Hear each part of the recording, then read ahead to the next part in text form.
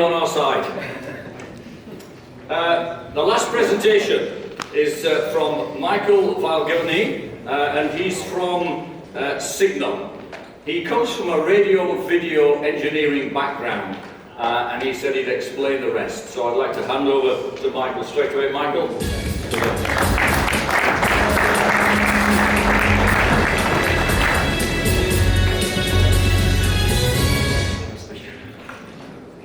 Potential of kilo reference radio infrastructure or also automatic detection of Weilguny infrastructure. So if we do it automatically, let's see, or let's take a quick step back, how it works with the normally and how it works with norm.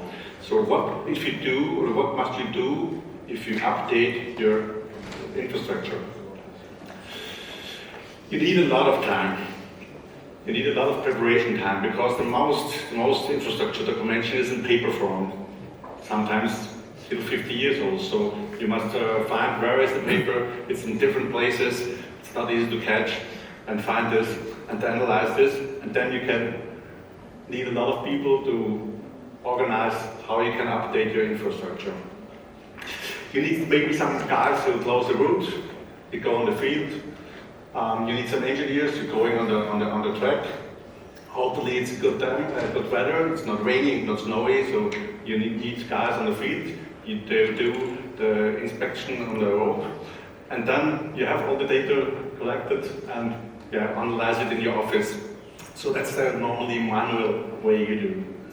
So maybe you get a mission to take some infrastructure update. So maybe you get this mission.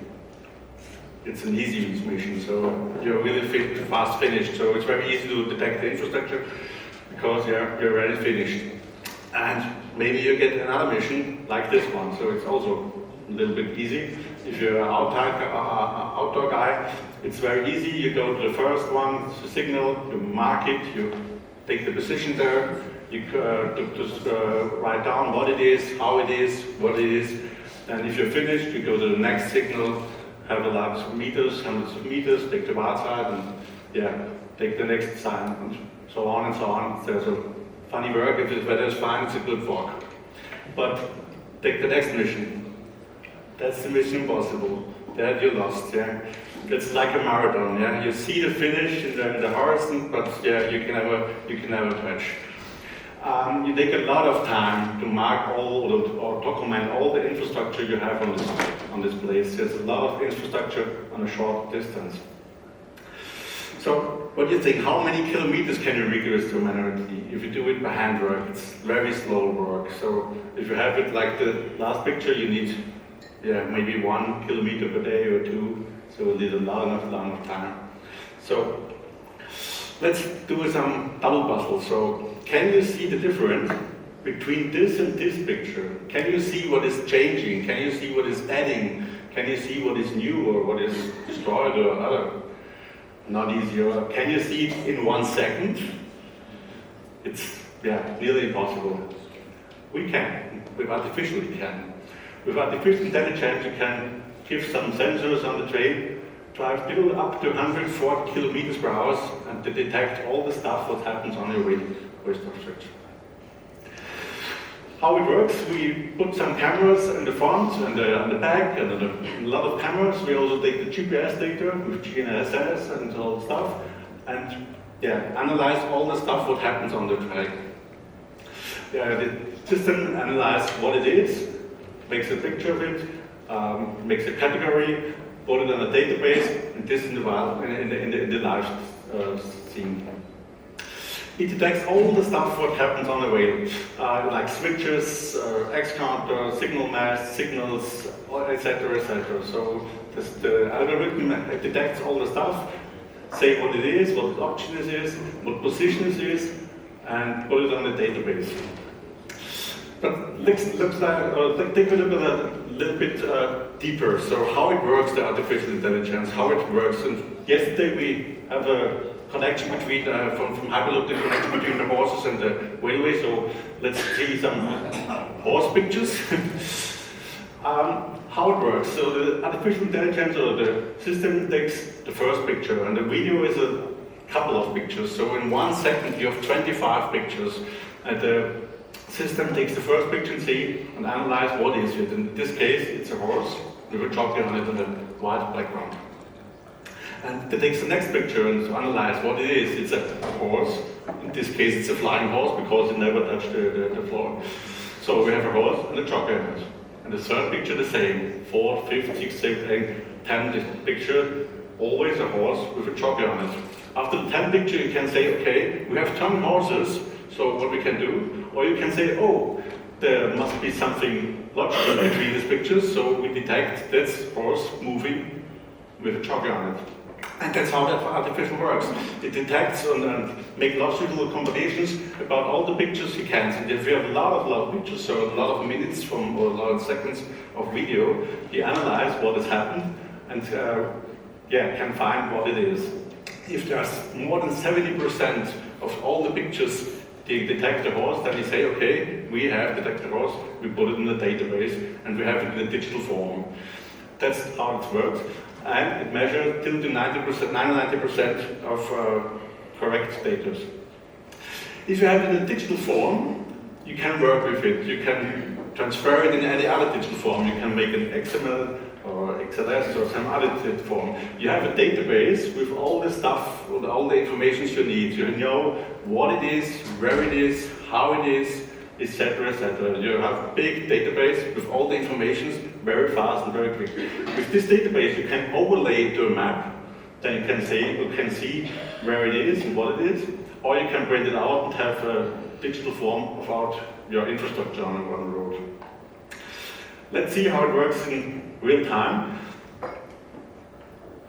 That's a video to show what it detects and put all the stuff he scans on the drive in the database. So it's very much infrastructure, so the database is growing up very fast, so it detects a lot of stuff in very short time.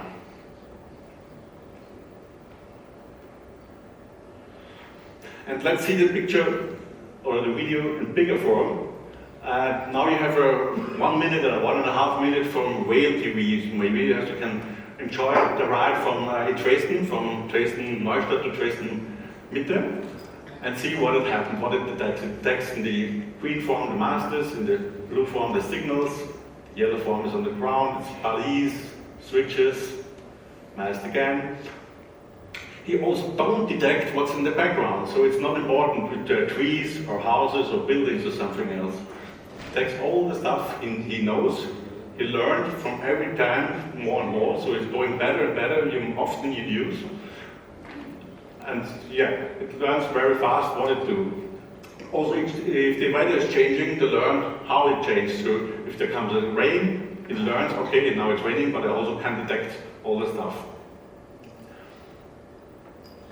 In the background, you see a big mosque in Dresden, and you see in the curve, it also works in the curve, so it doesn't matter if it's a little bit, not in the horizon. So if there's a little bit change, it doesn't matter. It detects mast, signals, mast, and all the stuff what happened.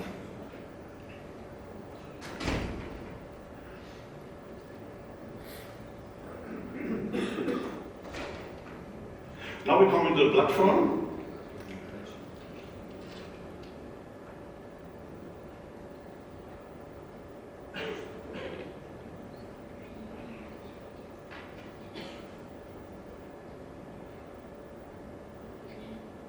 And also here, it detects only the important things on the platform, not the thing that doesn't matter. Also, it matched the beepers for data protection, so nobody is scanned from the beepers. It also doesn't fit the way the train is coming. So let's see what happens. Let's do it picture per picture, or maybe the important pictures. So in the beginning, we have this picture, and you see there's a mark 31. And it's one of the first pictures from these bodies. And in this case, it detects, oh, it's a 68% matching. But some milliseconds later, you have full detection, so it's 99%. So if you go back to mark 31, it needs only some milliseconds more, and it detects full detection. Next picture, we have in the background, we have a mast, it's the dash lines. that means it's the first detection. It's not the artificial detection, it's the first detection from normal detection. And then, milliseconds later, the artificial intelligence knows and sees, oh, there's a mast, and recognizes, okay, we have a mast here, and then it's full marked, and you see the detection. Also, you see a red detection here, that's the platform end.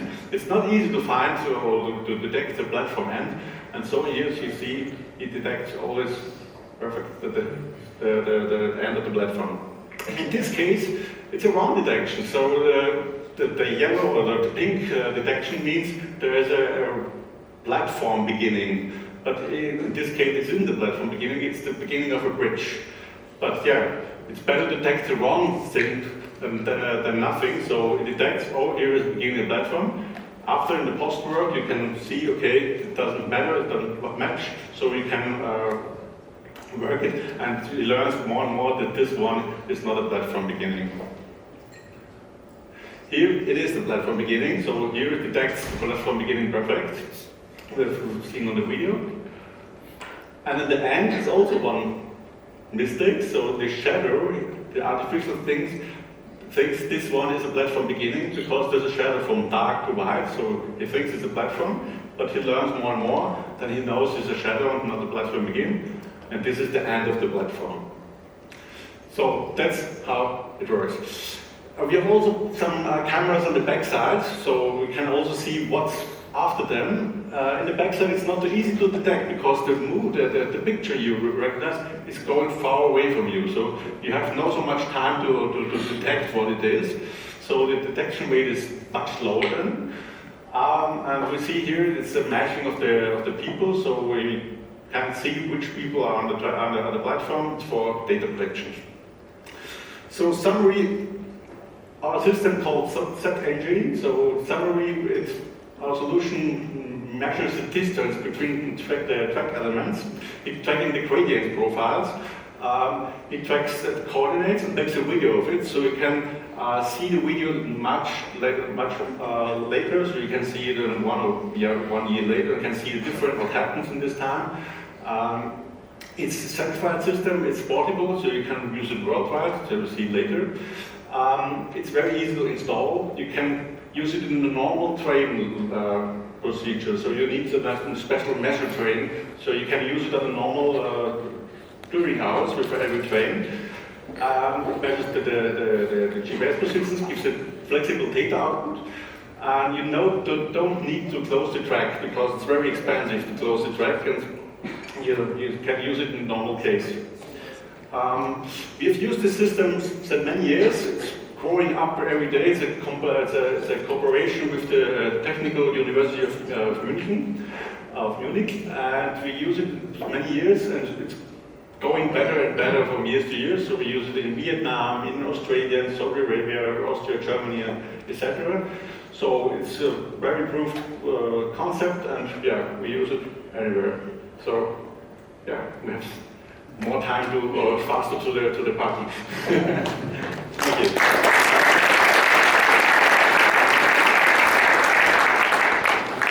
Michael, thank you very much. Again, we've had so much vision and so much future and innovation. When you see that something that was a vision and a dream some years ago is now a product and it's out there and it's improving. Yeah. The technology has got some legs, yeah, which is perfect. Wonderful, I loved it. Right, let's get straight into some questions. Is the data used for just the schematic plan data? That's the track layout that the railways use as their baseline for where everything is. I think so. Yes, that's the answer. Yes. Go on, anything else? Short position. How is it being validated? Which one are you looking at? Jumping around. Okay. What was the position?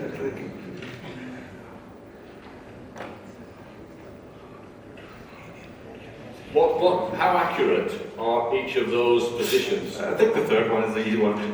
No, it's especially no. The eye doesn't replace humans, so you need the human to keep an eye on it. So the eye takes a lot of work from you. All the boring stuff takes from you, but it helps to the human to do the work faster. But you need a human once again to 4-eye principle and so. If we go to the top question, what you're really saying is, if you've calibrated a signal post, how accurate is the location of that signal post? Is it plus or minus a centimetre, or plus or minus a metre, or is it?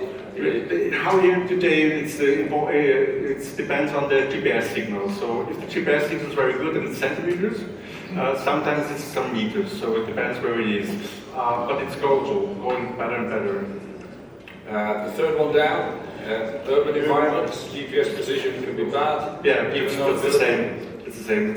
In urban city, maybe it's not really per centimeter, but it's meters enough. Yeah. But in the urban position, you can do it per feet, so it's not so bad. And on a platform, you can make it very easy manual. But if you have a lot of kilometers, it's not easy. So on the platform, you cannot do it manual. The second from the bottom, I don't fully understand it, but do you, so after initial calibration and building, where's it moved now? After initial calibration and building of a map, could your system be used for localization?